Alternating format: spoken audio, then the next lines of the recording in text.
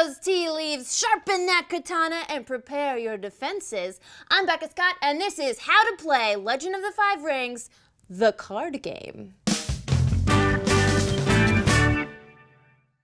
This two-player living card game by Fantasy Flight Games pits two feudal clans against one another in a military and political fight for honor! We'll be playing with the base decks today. Their card rosters are listed on page 6 of the rulebook. No chewing on the rulebook. Your dog might eat it. It's the Lion Clan versus the Crane Clan. That's a crane. First off, setup. In the player's play area, we have a Dynasty deck set to the left, a Conflict deck set to the right, and a starter deck made up of 5 provinces and 1 stronghold. The player chooses which province to place their stronghold on top of and slides them both above the Dynasty deck. The 4 remaining provinces go between the 2 other decks face down. Lastly, we have the Honor Dial and the Honor Pool, made up of the starting honor listed on the stronghold card. The first player is determined randomly and takes the first player token. The other player gains 1 fate from the fate pool. There you go, kid. Next, players place 1 card from their Dynasty deck face down on each of their 4 empty provinces. Then they draw a starting hand of 4 cards from their Conflict deck. Special note, after placing Dynasty cards and drawing the starting hand, players each get 1 chance to mulligan any cards they don't want.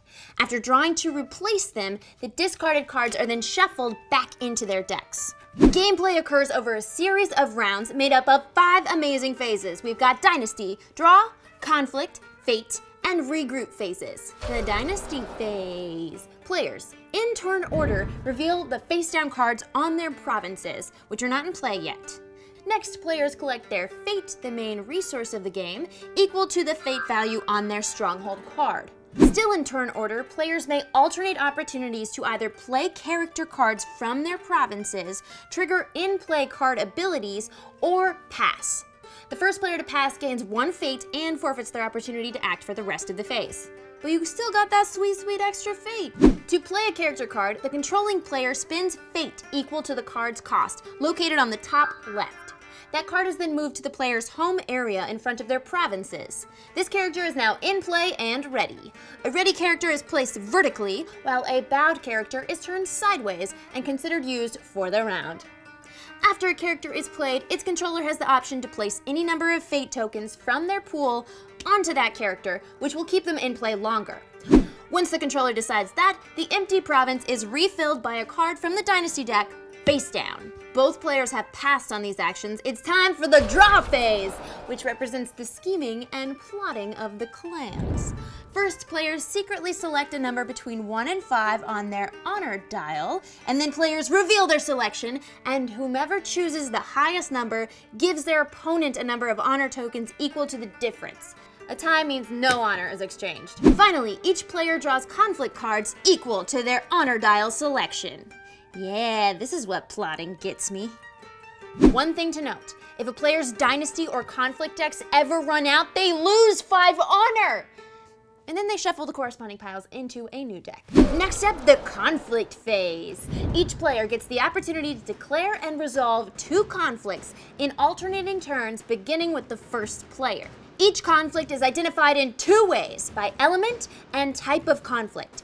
The element chosen from the 5 options of water, air, earth, fire, and void determines the ring effect, which I'll explain in due time. The type of conflict can be either military, shown in a character card in red, or political, shown in blue.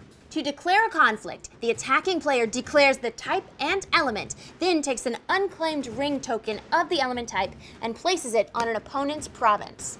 A player cannot declare an element if that ring type isn't available. Then the player selects which of their ready and in-play character cards is going to participate in the conflict by sliding them forward. Next, the defending player declares which of their ready characters is assigned to defend in the conflict. The defender can choose not to defend if they wish, saving their character for the next conflict. Players then take turns using action abilities and conflict cards to gain the upper hand. Starting with the defender, each player may alternate actions, including passing, until both players have passed consecutively. Action opportunities include playing a character or attachment card from their hand by paying the card's fate cost. characters come into play ready and attachments latch onto characters, providing bonuses and additional abilities. They may also activate an action on a card in play, whether it's a character, attachment, or from a province. They can also play an event card from their hand by paying the card's fate cost. Lastly, they can pass, and if their opponent takes further actions, that player can still re-enter the sequence later. Once both players pass consecutively, the conflict resolves. Add up the total applicable skill value for all characters involved in the conflict. The player with the highest total wins, with ties above 0 going to the attacker. They may resolve the ring effect of their chosen element, and each player bows all participating characters. If the attacker wins the conflict by a number of skill points equal to or greater than the province's strength, the province is broken. Broken provinces are turned 180 degrees and their abilities can no longer be used. The attacker may also choose to discard the Dynasty card on that province, which the defender then refills. Once both players have initiated their conflicts, the phase ends with the Imperial Favor contest. Each player counts the total amount of glory on the ready characters they control and adds the number of claimed rings on their side. The player with the highest total claims or keeps the Imperial Favor card and can choose which side is displayed, military or political, on their play area to provide a +1 bonus for that type of conflict in the next round. Next, the Fate phase, where players remove a Fate token from each of their characters. If a card has no tokens to remove, that character is discarded to the appropriate pile along with any attachments. Additionally, each unclaimed ring receives 1 Fate token, and if a player selects that ring in a future conflict, they reap the bonus Fate reward! The final phase, regroup. Ready all cards out of their bowed positions, and return all rings to the unclaimed ring pool. Players may optionally discard any unwanted cards off of their provinces and replace them from their Dynasty deck. However, any cards on broken provinces must be discarded. Finally, the first player token passes to the opposite player, and the round begins anew. The first player to break their opponent's stronghold province wins. Additionally, if a player accrues 25 honor or forces their opponent to run out of honor, they win. And that's Legend of the 5 Rings. These starter decks are only the beginning. The game includes dozens of extra cards and 3 other clans, so you can custom build your winning deck. If you want to watch me play this game and other awesome games live, you can watch Game the Game on twitch.tv/Geek and Sundry or projectalpha.com. Until next time, I'm Becca Scott. Keep playing games.